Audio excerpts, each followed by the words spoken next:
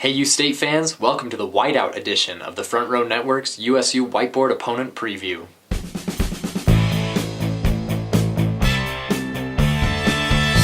As always, I am your host, Blake Hadfield of USU Junkies, and this week we take a look at Boise State. So as I'm sure you're all full aware, it's Whiteout week, and nothing says white like Joe Stashwick, who I'm told spent his bye week chatting online with babes all day. I actually think he has more dedication than that. I think he spent all bye week chatting with his quarterback mentor.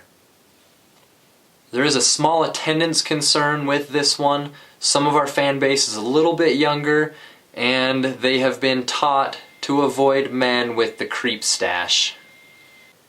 So Boise State has only been FBS since 1996. That means it only took them 10 years to work their way up to that monumental win in the Fiesta Bowl in 2006. Maybe it was that quick rise to success, or maybe it's that they're called BSU. But the NCAA felt the need to dig and find something on them. They went with lack of institutional control. As part of that punishment, Boise State lost some fall practices. Hey NCAA, if you're going to try and deter someone from having an unfair recruiting advantage, maybe start somewhere other than giving that school the ability to say you don't have to practice as much here. From 2008 to 2011, Boise State became the first FBS team to come up with 50 wins over a 4-season span.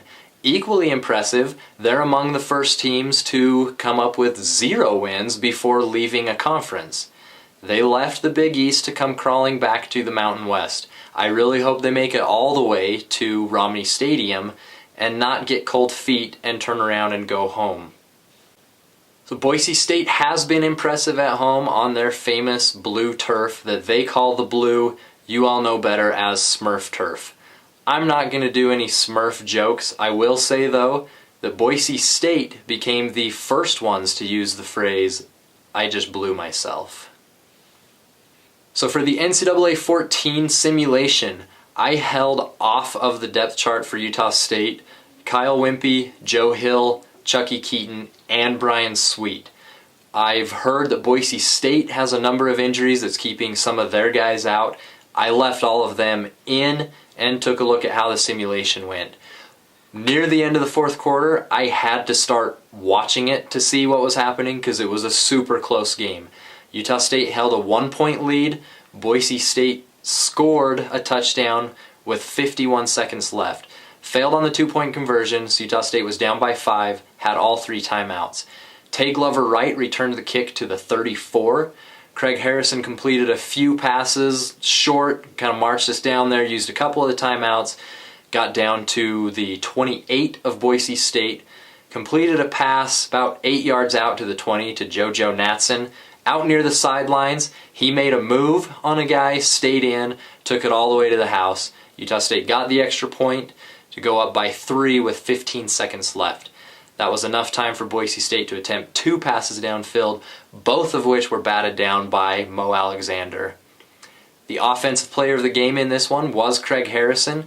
He threw 22 of 40 for 328 yards and 3 touchdowns.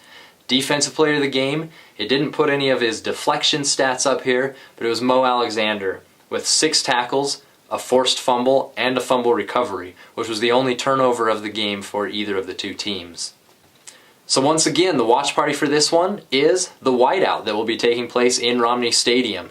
If you absolutely cannot make it to the stadium, you can also check out the game on CBS Sports. But if you can go, if there's a way, make sure you are in that stadium, that you're in your white, and that you are cheering loud and being supportive of your Utah State Aggies.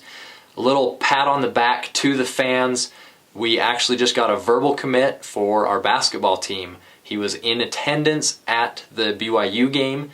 He was really impressed with the support of the fans, the packed stadium, and then he said he felt bad for Chucky when he went down and was super impressed with all the fans that continued to cheer on their Aggies and stay put and really support them. He had heard that it was the same way with the basketball team last year. Throughout all of their injuries throughout the season, U fans stayed true and continued to support them. it makes a difference. It's making an impact on people. It will continue to land us recruits. Let's continue to be the best fan base in the nation. Come out, support this team, which still has the goal of the Mountain West Conference Championship at their fingertips. They will still go out and win more games. Go Aggies.